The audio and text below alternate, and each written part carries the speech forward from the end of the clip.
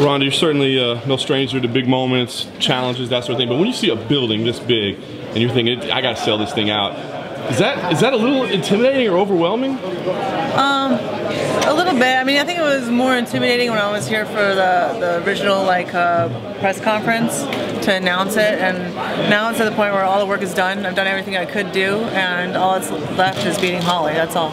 Everything else is out of my hands, and it kind of reminds me, like walking in here, it kind of reminds me of the bird's nest in Beijing, you know, and it's nostalgic in a way and returning back to my roots, and yeah, I'm just excited. I'm just excited to beat Holly and be done, and I've done everything that I can do to ensure the success of the event, and now all that's left is satisfying everybody that comes. I know you're a very goal-driven person, and certainly people want to see you fight Cyborg, and there's other fights, but I mean, you fill this building, you have an amazing performance, you walk away with the win. It would almost seem like, what else can I do? I've reached the absolute apex of this sport.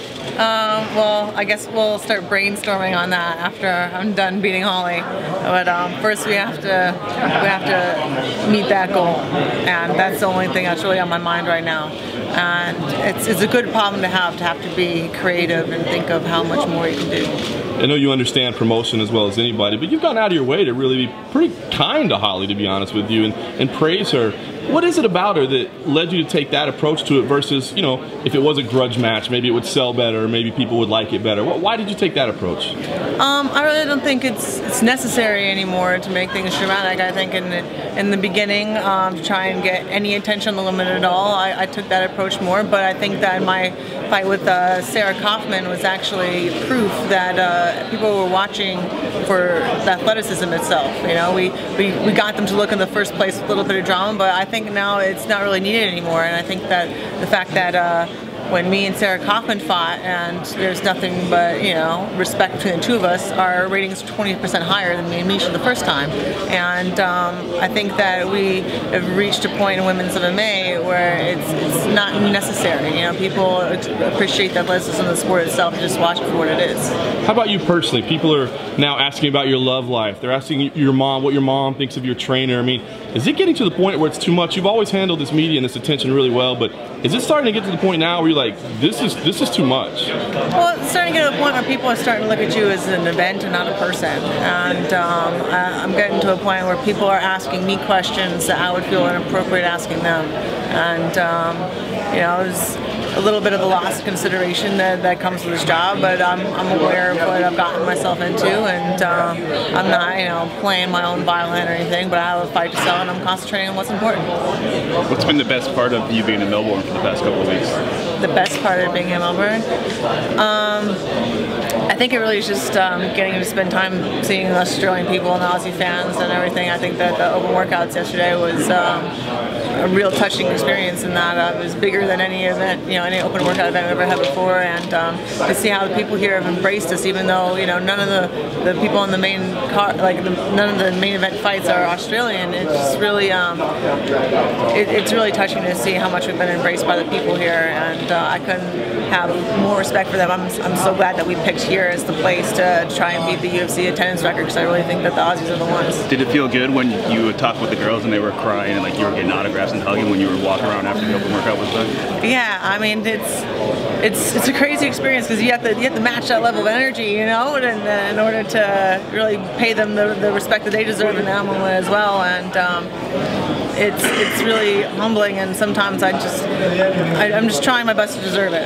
That's all, you know. And it's so easy to feel like it's me versus the world, and everybody hates me, and everybody's out to get me. And then times like that, I really realize that it's not.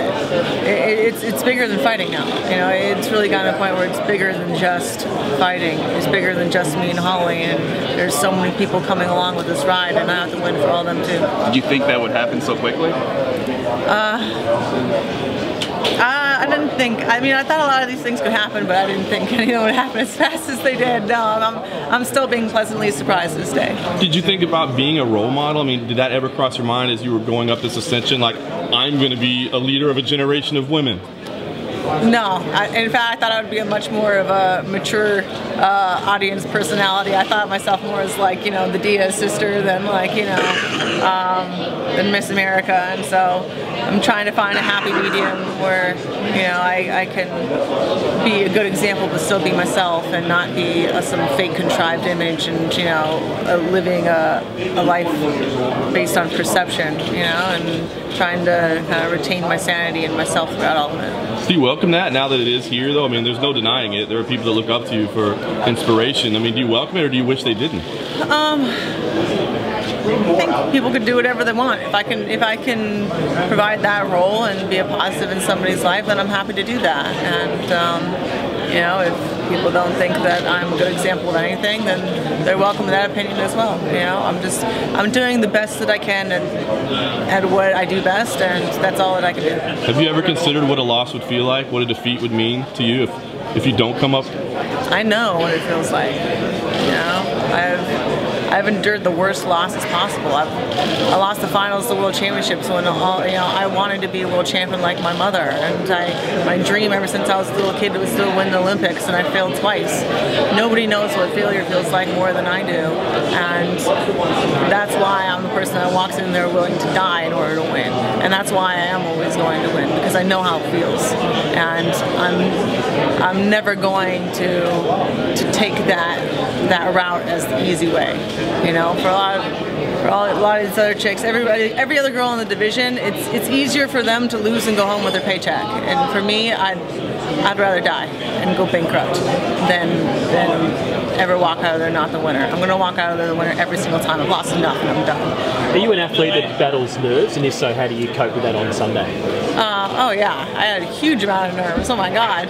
But the thing is, where you're in a fight or flight scenario, and most of these chicks feel these nerves and their heart racing out of their chest and the pressure and all the questions and the scrutiny and the spotlight, and it's not what they're used to. You know, their best environment is, you know, when they're in the gym alone and nobody's watching and the cameras are off, and or if they're at their local venue that they're used to fighting at all the time. And I know that I am the best in this scenario. In the most uncomfortable scenarios, I'm the best. And I know I fight above myself when it's the most extreme and the most pressure, and it's like pressure building behind a bullet that shoots me out of the gun. You know, pressure is a good thing. Whereas it crushes others, it really pushes me forward. Ronda, you're often very relaxed before you fight. You said you nap in the locker room. Given that this fight is earlier in the day, is that going to be something you're still going to be able to do? Or yeah, I know. I still nap. It's very similar to the judo tournament format, where we would weigh in the morning and then fight like an hour and a half later, and then we would have the prelims throughout the beginning part of the day, and then have a break, and then come back for the finals. And so I would have to take a nap in between every match. So I could take a series of cat naps all day long. Which is what I'm used to. Will you be up super early on Sunday, or will you sleep in?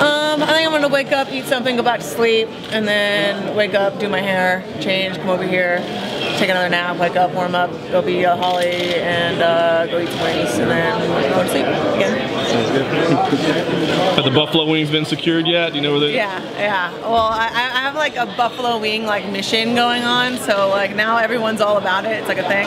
So Dana organized a place for all of us to go. That's like just the team. We closed the restaurant, so they're just making wings just for us. And then I have one day to kind of like tour all of Melbourne and like find all the best wings that I can all the next day. And then I gotta jump on a plane and go back home and go straight back to work the second I get off the plane. Yeah. Is it movie set? No. It's a shoot. Can't really say anything about it. Well, the MMA's been around for almost 2 decades now.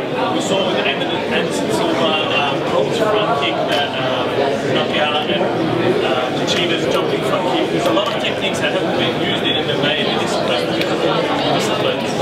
You're a judo practitioner yourself, and I think that gives you an advantage over a lot of different players. Do you think that there's still a lot of techniques and styles of martial arts that are underutilized in MMA? Oh, definitely. I mean, and I'm still finding things that apply to MMA that are from judo that I haven't really seen anyone do yet. I still want to be the first one to pull off a Sotasura Komagoshi, but it takes a certain kind of position and situation for that to happen. And I'm glad that you don't know what that is, so you won't give it away. But we'll make it happen someday, hopefully. I made up a couple things already. I've done a couple like arm bars and things that were just made up, and like foot sweeps and ashiwaza I don't think were really utilized in MMA very much before I came along. And I think I also did like the first sumigaishis that you ever seen in MMA. You don't know what that is, but it's cool. Your tattoos, what are your tattoos say on your ankles? Can you explain them? This one is my Olympic tattoo. It's an Olympic motto. It's Latin for faster, higher, stronger, and it has the olive branch from the Athens Olympics, the wing and the flame from the Beijing Olympics, and then the rings, which I think every flag in the world has at least one of those colors. There's in the rings. Every second is one of my mom's sayings, is fight for every second of your life, every single second. And this one, me and a couple close dear friends of mine have matching ones. And this one's a little personal. I like to keep it to myself. Ronda, would you ever consider competing in the Olympics again? Wrestling, judo, boxing? You know, it takes 4 years of commitment to really do the Olympics justice. It's not the kind of thing that you just visit as a fancy or as a tourist. You know, I'd like to go as like a spectator for once, but I just don't have the time to really put as much energy in it as it deserves. And you know, I've moved on from that part of my life. I've made peace with it, and you know, I've done what I was meant to do there. You spoke about nerves earlier, but going into this match, being so dominant, does fear of losing come into it? Does that exacerbate by being such a big draw for UFC? Oh, my fear of failure is larger than anyone else's, and it's increasing with every single fight. And the thing is, I don't shy away from it. I'm extremely fearful, but I don't have any doubt at all. Not a single doubt in my mind. But you know, I'm scared to death when I go in there. Of course, not of getting hurt, but of any other possible thing that can happen. And that's why I go through thousands of different ways that the fight could go down in my mind already. You know, I've already thought of several thousand ways to beat Holly, and several thousand different things that she could do, and several thousand different answers to everything that she could think of. And you know, sometimes I go in there and none of those things happen, and I just have to make it up, you know, as I'm going along. But that's the environment that I do the best in. I fight above myself, you know, and some people do better when everything's calm and cool and whatever, but I do better when the pressure and the fear is at the highest. Have you been able to get a read on her yet? A lot of your other opponents, you look into their eyes and you just feel like they're already beaten even before they get in there, but she seems a little bit different. Have you been able to get a read on her at all, kind of where her confidence is, if she's shaking or anything like that? Everybody's different. Everyone has their own process. So, like, she's kind of more like Liz Carmouche and Sarah McMahon and Kat Zingano. Those are women that have been through so much. They've either been Marines or Olympians or just tested by life, where it's just like they're not scared. They're coming in to throw down. And I see that Holly's one of those people that have been tested before. I don't need that person to be shaken and walking in already defeated in order for me to win. I'm going to defeat them anyway, regardless of how they feel during stare downs. Can she knock you out? Does she have that one-punch knockout power? No, nobody does. I have really fragile hands, but I got a great chin. But yeah, I'm very, very confident in my ability to take a hit. Are you surprised that despite their popular start, judo hasn't really risen to that same level? It's because the new rules suck. I hate the new rules that they've made since I retired from judo, and it was like Greco-Roman judo. It seems less applicable to actual fighting more and more as they try to favor certain fighting styles. And I think there's a lot of corruption in the sport itself, where they're not really thinking about the athletes or the spectators, and it's a bunch of people that don't even do the sport that make up the rules, and the athletes have no say in it, and it's sad, you know, but it's the way way it is, unfortunately. You taught judo, you gave a seminar in Brazil. Would you consider going to different countries? Preferably like in the Philippines. I mean, I love teaching judo. I really do. But you know, it's hard to find time for everything. And the only times that I've taught seminars since I started doing MMA is like for charity, never for money. You know, and I'd be happy to at some point soon. Ronda, you're very young yourself still, and one thing I hear about fighters is you guys know exactly what your job is, what you're doing in life. You find out you train for a specific period of time, you're getting the afternoon and you do it. A lot of people your age, even younger and older, don't know what they want to do with their lives. Do you have any words of information, guidance as to how they should do it? Yeah, taking that time to find yourself isn't a bad thing. I mean, I took a year after the Olympics just bartending and hang out and try to like figure out what I wanted to do. There's nothing wrong with not knowing, and the most stressful part is before you make a decision. Once the decision is made, no matter how hard the decision has been, everything's always easier after that. And you just have to find what you're passionate about, find something that you care about, and sometimes you have to allow yourself to take time and figure it out. You don't have to feel bad or feel like, you know, you're somehow a loser because you haven't. Because I used to feel like a loser because I didn't know what I wanted to do. But as soon as I knew what I wanted to do, it was a crazy, ridiculous idea that no one believed in. But I automatically felt better just because the decision was made. And how do you sit with that fear that once you've made that choice, no matter how crazy it sounds? It's really scary to care about something because then you have something to lose. And I think that's why a lot of people try their best to not care about anything. And there's something really brave about having dreams and pursuing them and putting everything possible into it because that's all that you have. And a lot of people like to lay back on the cushiness of their excuses and everything that they didn't do. But I mean, there's a comfortability about that, but there's also a cowardice to it, and there's also a lot of courage that comes in pursuing your dreams. There's a lot of fears that you have to face, and it's just like you can pick, you know, the path that makes you feel more comfortable or the path that makes you feel more alive. Ronda, I don't know if this question's been asked before in the scrum before, but in terms of like chaos, you said before you thrive off the chaos. When there's chaos in your life, you perform better. How's your life been recently? Has there been enough chaos leading up to this fight? There's definitely enough chaos at all times. You never worry about that. Everything's always nuts, and it's all right. It's the environment that I thrive in, and my attention is getting pulled 1,000 different ways every day, and a million different commitments, and just it's almost like having one single thing to focus on, beating Holly home. The one thing that I need the most.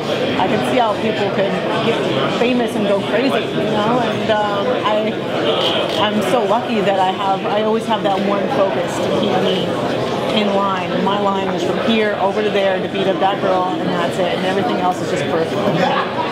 How hard is it to sit up here and talk while you're you're dehydrating, cutting the last few pounds that you need to cut before week tomorrow?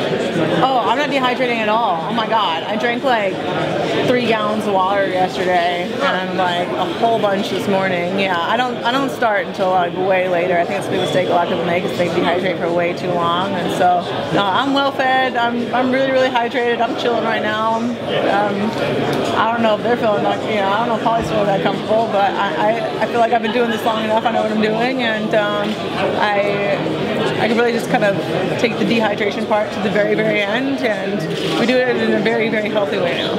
Ronda, you were quick to dismiss a question yesterday about your love life, and I can understand why. Do you think there's a line between athletes and media that shouldn't be crossed, and where is it? Things that we just shouldn't be asking you about? Well, I think that my private life is private, and I share a lot, and I give a lot, and sometimes it's like I'm playing the give a mouse a cookie game, where it's just like I'm trying to share and trying to be open, but you know, I also want to keep a few things to myself in secret, and I'm here to promote a fight, and you know, I would feel uncomfortable asking them about that. Like, that's a stranger. I don't know you. I would really feel uncomfortable asking you about that. Why do you feel comfortable asking me about that? Yeah. Ronda, sorry. A lot of mutual respect between yourself and Holly. Obviously, it's all business up until Sunday. But is there a chance perhaps after the fight where you get to sit back and say together what we've just done in front of potentially 7,000 fans. It's really cool. I mean, after I beat her, I intend to have that conversation with her, definitely. You know, I want to give her a hug and thank her for the moment that she gave me and ask her to look around and see what we did together, and that was amazing, you know. And that's actually a similar conversation I had with this Carmouche after all that. And you really are sharing something together. There's something intimate about fighting somebody and fighting over one thing that's the most important to both of you. You know, you have the most in common with that person and everyone else in the room. That's why you're both in it together. And yeah, I have nothing but respect for her. And after I beat her, I'll still have nothing but respect for her. And I really do believe that she's the type of person that could take over for me after I retire. And I really hope it's her or someone like her. Following on from the privacy question, can I have your bank account details? What? Following on from the privacy question, can I have your bank account details? My bank account details? I don't even know my bank account details, thank God. Roadhouse. The director's been assigned to it now. What can you tell us? How far along is it? Have you seen the script? We're still writing the script. Nick Cassavetes is assigned to it, and he has described it so far as Ninja Brockovich.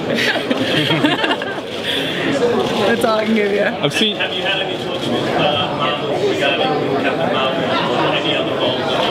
I've been doing 3 fights back to back, 3 title fights in 9 months, and while I'm in camp, I'm pretty much all cut off from the Hollywood world. And so after I'm done beating Holly, I'll have a chunk of time while I'll be able to entertain that whole world and see what's going on, and spend a lot more time on that. And yeah, we'll see. Right now, my focus has only been on fighting pretty much since Zingano camp till now. People roll something though that you're really interested in pursuing. Oh yeah, everybody wants to be a superhero. I mean, I would love to do that. I think I'd be a pretty good superhero. I don't know. We'll see. I have to convince them though, not just myself. People are already penciling you in for UFC 200. Is that, in your mind, does that seem like the right goal? You know, July, historic event. Does that seem like the right next move for you? Yeah. I would definitely like to be in UFC 200. It sounds awesome. I'm down. I gotta be Holly first, but you know, it seems like a good chunk of time to like take off and get ready to come back. I like it. I've seen Edith Bosch getting a lot of attention lately. We actually sent a crew out to the Netherlands to talk to her. Is that weird for you that like we're going back into your judo past to like find it, and when you see her getting this attention and this notoriety, you're kind of like bitter about it? Or no, not at all. Edith is really cool. She was always a really cool chick, and you know, like we would train together at the training camps and stuff. Like in judo, you have international training camps where all of the best people in the division get together and they train together. So you'll see Olympic finals happening on the mat just for practice. And Edith was always a really cool chick to me. And I remember after the last Olympics, we were both in Beijing. We both ended up getting bronze, and we were waiting to go out and get our medals. And I had my dad's flag with me. I wanted to go out and be wrapped in this flag, and the Chinese officials wouldn't let me go out with this flag. They wouldn't let me do it, and I was like crying, and I was like, please, please, I just want to go out with this flag. And like, she was the only person back there that spoke English, and she was just like, she was being very, very sympathetic with me in that moment, you know. And she was kind of just an ear for me. I don't even think that she probably doesn't even remember that at all, but I did, and she was very sweet to me when I needed somebody to be sweet to me. And I've always had nothing but respect for her, and she was an amazing rival to have in judo, and I wish nothing but the best for her. And I think it's awesome that she's getting attention for sure. Yeah, I mean, for the women in judo to get any kind of attention because of me, I mean, I wish they got more, but I'm happy they get any at all. She was the last person to beat you, right? Actually, judoinside.com that like keeps all the stats. I tried coming back for like one tournament in Tunisia after I took my break after the Olympics, and I wasn't training judo full time. I was planning on just like doing enough judo to get funding. This is before I kind of got told that I would not receive any funding because I wasn't committing fully to judo. And so I went to Tunisia, and I didn't do very well, and I lost twice. I think once or twice. I didn't have a good day, and so no, I think it is somebody else that like I don't even remember who they were. Yeah. So I stand corrected on my Twitter DMs. I didn't say say she was the last person to beat me. Somebody else, you know, said it, but it was my last like major tournament. You know? Can she hang in MMA? Yeah, I think so. But she's like big, man. Like I don't even know if she'd make 45. Like she was like super yoked at 54. Like she had like an 18 pack. So like I literally am so tiny next to her. Like in judo, I was like kind of like an in-betweener. I couldn't make 138 4 weekends in a row, but I was way too small for 154, and that was like the separation. And so she was like one of those people who was like 54 was the smallest she could go. But if they had like a 55 division for MMA, I think she'd crush it. Conor McGregor said recently that he's trying to negotiate a $100 million contract with the UFC. Is that like that's the level now where you guys are at, or is that realistic? I hope he does. I hope he sets the bar that high. That'd be awesome. I'm not quite there yet, but that'd be nice. Is it important for you to be the highest paid like fighter in the UFC, or? It's important for me just to do what I love for a living, really. And I was really only happy to say that I was the highest paid fighter in the UFC just because it's the first time a woman's been the highest paid fighter, you know, athlete in a professional sport. And I was just proud of that statistic. And now that it's been done, I really don't care. You know, I'm happy with how much I make and my lifestyle, and you know, my house is paid off, my car's paid off. I just got to pay like for taxes and dog food, so it's like I could retire right now and chill out if I wanted to. I mean, I'm not really putting on python skin and rolling around a Ferrari type, you know. You're going to treat yourself to something after this fight, though. You obviously make well from this fight. Is there something you'll treat yourself to apart from wings? Apart from wings? What do I want? I don't have like a yard, like I have like, it's like a small little thing, and I kind of wanted to put like vertical gardens on like my walls, because I don't really have many plants except for like I order grass to come in so my dog can pee on it, it's a little box. But like, I want to get like some vertical gardens in my house. I don't think they're that expensive though, but that's what I want. I want a simple taste. Ronda, you met the cancer patient yesterday. Her name is Coach. What's like being an inspiration with someone like her? Well, sometimes I'm like, how can I have anything to do with how strong you are? You know, she has so much strength that I feel like I'm the one being inspired. You know, and it's just really, really touching to meet her and hear her words, and I feel like there's no way I could do more for her than she does for me, you know, just from meeting her that one time. And I wish all the best to her and her husband and family, and you know, I wish her all the best of health. Given you being an inspiration to her, does that give you any extra motivation going into the fight? Yeah, definitely. I have to win. I have to fight. I told her to keep fighting, and I'm going to do the same. And I'm going to win this fight just like she's going to win hers. How do you like being the villain going into this fight? But obviously here in Melbourne you're the huge fan favourite, so what's that going to be like for you? Well, Heath Ledger as the Joker was still the favorite, even though he was the villain. You were still more excited when he came on the screen, and so you know, sometimes it's and the role of the anti-hero and the villain are a little bit blurred, because the bad guy never thinks he's the bad guy. The bad guy thinks that he's right, and just that no one understands him. And I just have a little bit more understanding here with Aussies, I believe. You talk about Joanna's rise to popularity. You know, you set the groundwork for women in MMA, but she's kind of taken it and run with it and become kind of a star. Talk about her rise and what you think of her. I mean, I think it has so much to do with her fighting style and the way that she fights. I mean, you're just captivated every single time that she goes out there. But her demeanor is awesome as well. I mean, she's just kind of like the mini gorgeous Ivan Drago, kind of like, I am the best. That is it. I have nothing else to say. Sorry, every single accent I do sounds Armenian because I impersonate the Armenian guys so much. Everyone's Armenian when I impersonate them. But yeah, I love her personality and her fighting style, and she's so like genuine and authentic that people pick up on that, and they love authenticity and not like, you know, forced perception and, you know, cultivated images. I mean, you talked about kind of laying the groundwork for women in the sport, and that kind of being, you know, what you want your legacy to be. So how proud are you to see what she's done? I'm extremely proud of her. I mean, I'm really happy with like if she had way more people over here over there than I had over here, I would be like super stoked. Not just that, not that I don't like taking you guys. No, but like to see the like everything's gonna be fine. She's one person that like makes me worry less. I used to worry so much about like what's gonna happen when I'm done. I don't want all this to be for nothing. And she's like the glimmering white hope to my right now, and that like, hey, if I got hit by a car tomorrow, everything would be okay, and all of this would be for nothing.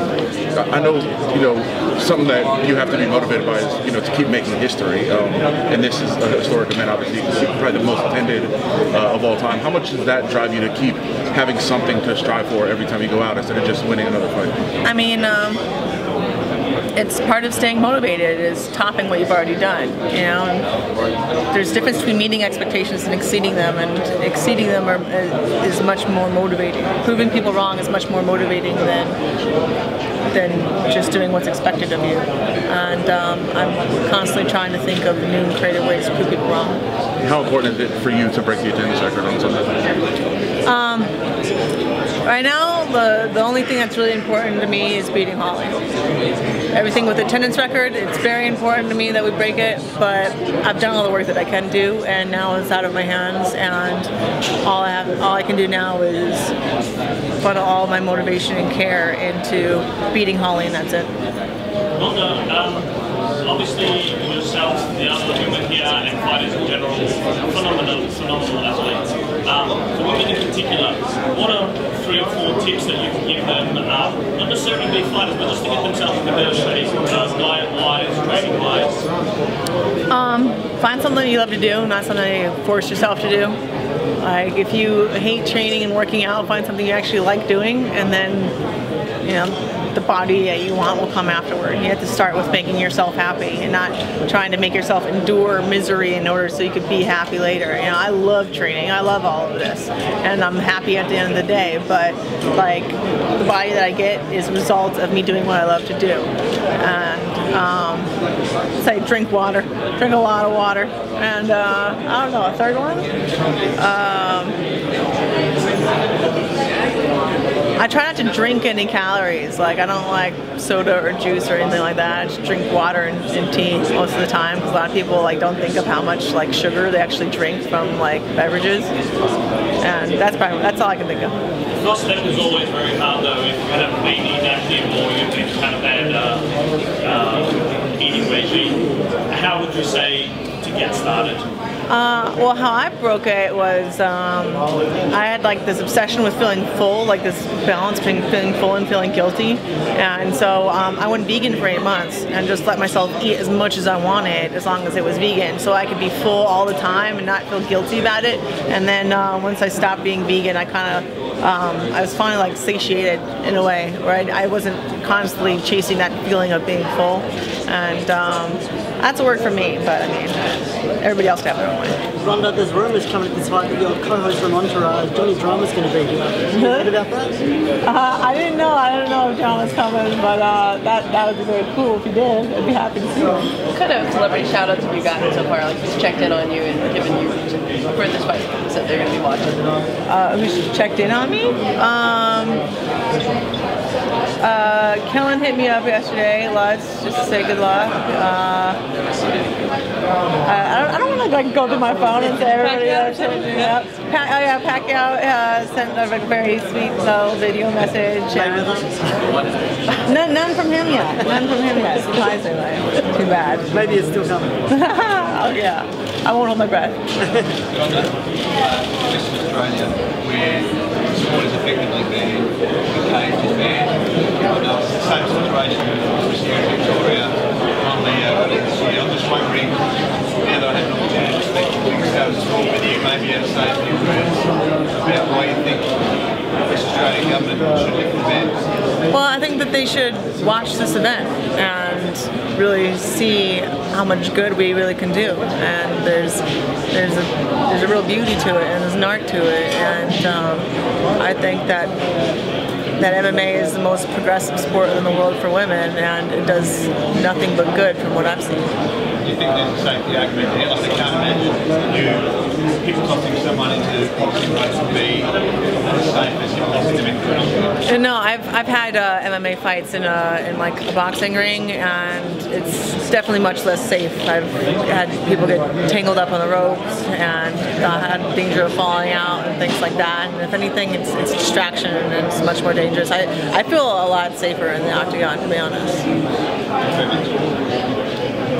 Ronda, it was reported that Reebok wanted to bring you to India. So anything on that situation? I haven't heard about that yet, but I would love to go. I mean, India sounds amazing, and it's one country that I haven't been able to visit yet. So, but when I'm in training camp, everyone kind of leaves me alone, leaves me to train, and usually it's right after I'm done beating my opponent that I hear all of the million plans that have been made for me that I had no clue about yet. So yeah, we'll see. Ronda, there's a part of your book, I guess, that's been picked up by the media in the lead up to the event, I guess, regarding a physical altercation with an ex-boyfriend. Some are suggesting perhaps you've been given a bit of a pass, I guess, when it comes to domestic violence. What are your thoughts when you think that situation has just been blown out of proportion? Well, legally, if somebody blocks your exit, it's considered kidnapping. I was in that situation before when I had a fight in the movie theater, and my exit was blocked, and people weren't letting me out, and you legally cannot do that. It's considered a self-defense scenario. So if someone is blocking you into an apartment and won't let you leave, you're entitled to defend yourself and find a way out. If you're trying to get into your car and leave, and they're grabbing your steering wheel and saying that you can't leave, I mean, that's technically you being kidnapped, and you can defend yourself in any way necessary. I have lawyers that check these things out. And I thought about it at the time. Come to think about it, I was thinking about it. Do you take, I guess, how people pick that one part out of your book, do you brush it off? I mean, obviously you come across things like this every day where people are just trying to pick at you. Well, if you find out that someone was secretly taking naked pictures of you and then tries to lock you in an apartment, see what you do. Is it frustrating to you that people compare what happened to you in your situation to what happened with Floyd Mayweather in his situation, and people sort of classify those as two same things? I don't have to make every single one of my actions idiot-proof. You know, if an idiot can't understand it, it's not my problem.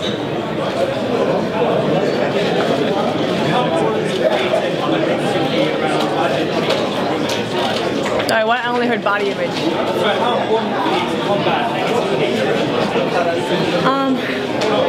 It's really important for me to be able to represent my own body type in a desirable light, and that's something that I didn't see growing up. The kind of women that I saw on the covers of magazines were a fraction of female body type, and I think that any woman's body type in the healthiest form is desirable, and I think that too many of them are not represented, and I'm just trying to do my part in representing my own.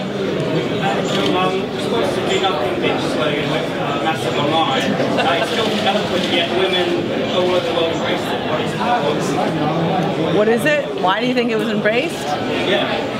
I think it just succinctly put, it categorized something that no one had really been able to put their finger on before, you know, and I think a lot of women are fed up with seeing the idea that women without ambition are being glorified. I mean, it's sad, and we're taking steps backwards. And there's a lot of women out there that are very frustrated about it, but they had no real term for it. And I had no idea I was coining a term in that moment. But I guess, you know, I wasn't the only person with that thought on my mind, and I think that's why it took off. Started the Ronda revolution on social media. What do you think about that? We've actually got a lot of great video submissions of all these little girls out there doing these amazing things, really showing their skill and their talent and their ambition, and that's what I'm really trying to help promote and encourage. And we got a couple other very adorable and impressive videos coming our way. So we'll see. You'll see some more very soon. Have you come across any here in Australia? Any? I guess part of these girls is part of this Rousey revolution. I'm not in person. I mean, the only time I really kind of hermitize when I'm in fight week, where I just kind of stay in my room. So the only time I've gotten out at all was the open workout. So I really haven't been able to mingle too much yet. But I'm going to. After I beat Holly, I'm going to have a whole day of mingling and hot wings, and I'm so looking forward to it. The thought of fighting in front of potentially 70,000, do you still have to pinch yourself, or do you think this is, I guess, been a gradual, natural process for women's MMA? I like to pinch myself like afterward. I don't see anything until after I win, and then I see like everything all at once, and then I'm like so overstimulated, it's kind of hard to take in. And I think that's the moment that I'm gonna like tap Holly on the shoulder and be like, "Hey, it's okay, you lost, but this is awesome." And those are the moments you have to pinch yourself and be like, you know, we are doing something amazing, but I don't really think about it too much until the job's done. You've been, I guess, made this, not made, but you've become a role model for women. Do you consider yourself a role model for men as well? I just consider myself.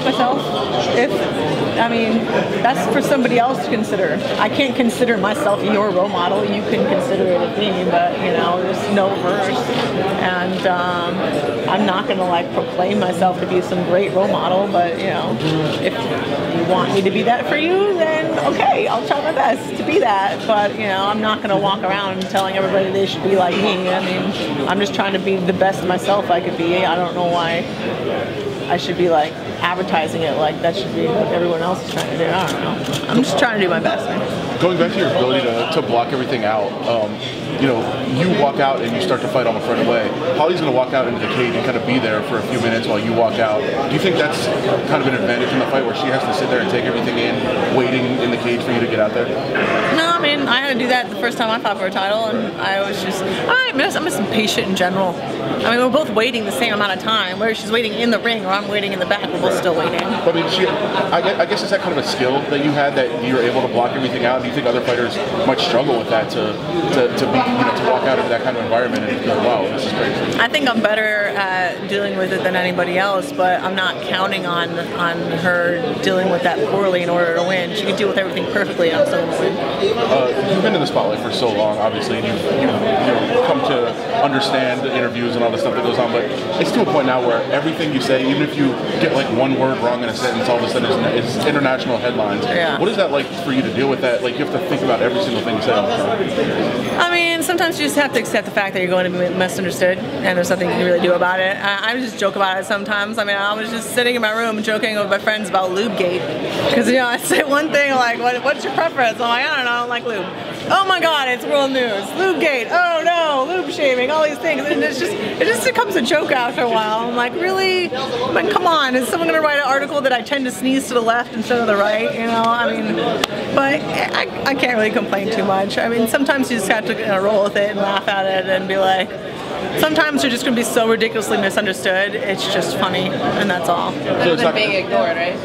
Yes, exactly. That was the battle I was fighting before, and I'd rather that getting to like a little more attention that I would prefer than none at all and still struggling to pay the bills. Ronda, I'm not sure whether you've been asked, but obviously I'm assuming you've heard about me. She changed response to missing out on having a third crack at you. She's now dropping the word potentially retiring, I guess, because she doesn't see a future for her in the UFC. Do you think that's a bit of an empty threat on her behalf? I think it's an empty threat because, to be honest, I have more miles on me than she does, and her best bet, really, for a career is to wait for me to retire, and then her and Holly could probably end up fighting for a title at one point. I think that'd actually be a really good fight.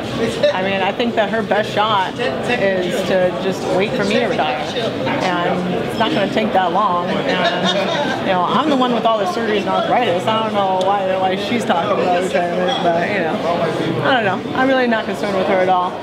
I'm just concerned with Holly, and that's it. I know you aren't buddies, but do you sympathize with her at all? I mean, after your fight and after her fight, it was, this is the next fight, and then just kind of got taken away from her. Do you feel bad for it at all? I mean, I know that you've got to focus on Holly, but was there any party that was like, man, she kind of did dirty a little bit? No, I don't feel bad for her at all. I mean, she thought that I didn't deserve a title shot when I got one, and so who am I to begrudge that to Holly? If it was somebody else, do you think you would feel bad? No. Somebody else that got passed over? No. She's already got more chances than anybody else. What are you bitching about? Got your ass beat twice. Hold the fuck on. Ronda, where do you think your confidence comes from in terms of acting? I mean, obviously you're confident in competing because it's something you've done your whole life, but I think someone who knew about all these projects that they had coming up in the next year, that would be an intimidating thing. Is it an intimidating thing, or do you just know that you're going to kill it? I mean, the comments you've made about Swayze and Roadhouse and just the confidence that you have to carry in that role, where does it come from? It's extremely intimidating, but nothing as intimidating as this. I mean, what's the worst that's going to happen? I'm going to suck. People are going to say that I suck. Okay, I'm not going to die. You know, I'm not going to lose my belt. I mean, it happens all the time, man. It's just like, I really, really want to do a great job. I am going to do everything possible to make sure that I do a good job. But I mean, the worst case scenario isn't that I'm permanently maimed or shamed. You know, and it definitely is a high pressure scenario where I do have to perform under pressure, and I have to learn a bunch of new skills and start from scratch, and that's exciting, and it's something to really be motivated by, and something to really keep me captivated when I can't fight anymore. But I mean, that's what I love about fighting. It makes the rest of the world less scary. Do you get more nervous stepping into the octagon or filming a movie, or are they just two different experiences you can't compare? The octagon is definitely the most nerve-wracking of anything. The Olympics and the octagon are getting close to being comparable at this point. Do you have any regrets for hanging up on the media call? In retrospect, do you feel like you wish you would have handled it differently, or do you feel like that was the right response? My phone died. Ronda, favorite exercises, worst exercises, etc. Favorite exercises? I love mitt work. I hate strength conditioning.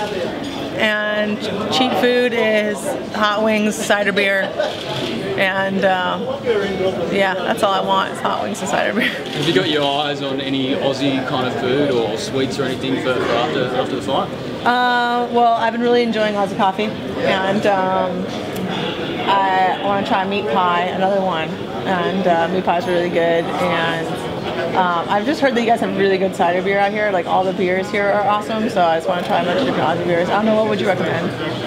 In terms of food or beer? Yeah, food. Tim Tams? Have you had a Tim Tam before? What's that? It's like a chocolate-covered biscuit. I'm getting it. Wait. Is it in like a package? Yes, yeah. Yes, I did have a bunch of those. They come in all different kinds of flavours. So yeah, I got it at the duty-free shop. I think there's a banana flavoured one now. I didn't get the banana. The peanut butter, there's plenty of choice for it. I'm gonna go through like the whole corn. I'm gonna get a cornucopia of all of these biscuits and try them now. Thank you. Some extra luggage when you go through. But cool. She ran out of questions? Yeah! First time ever. Hey Ronda, just one last question. So you're headlining this event here in Australia. Mark Hunt's a bit of a legend here. When did the first hear about Mark Hunt? What do you know about Mark Hunt?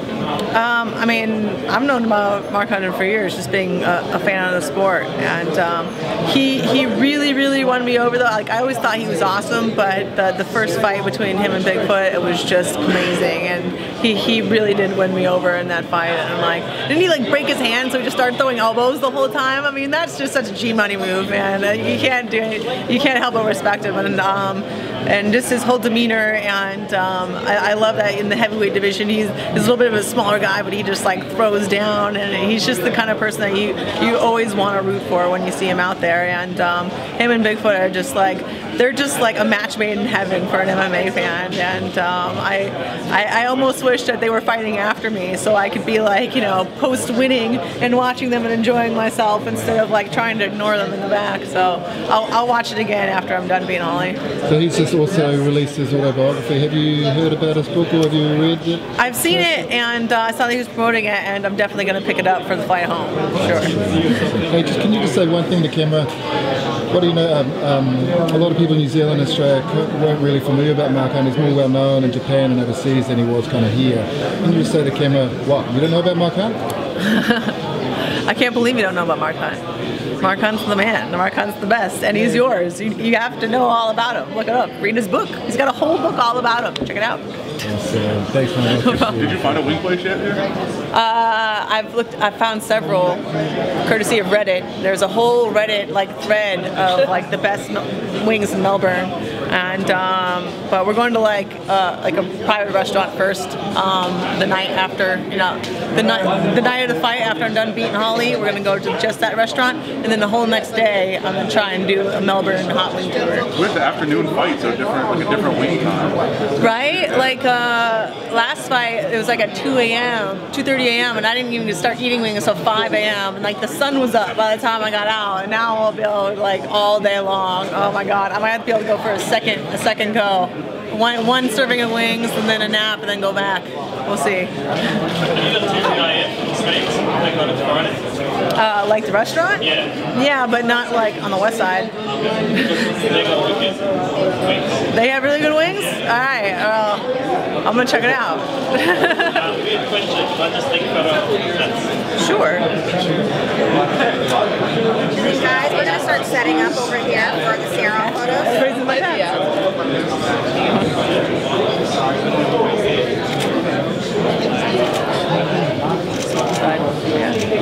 Not awkward at all. You don't trust anyone. Don't trust anyone who doesn't have a tattoo, because that means they can't commit for life.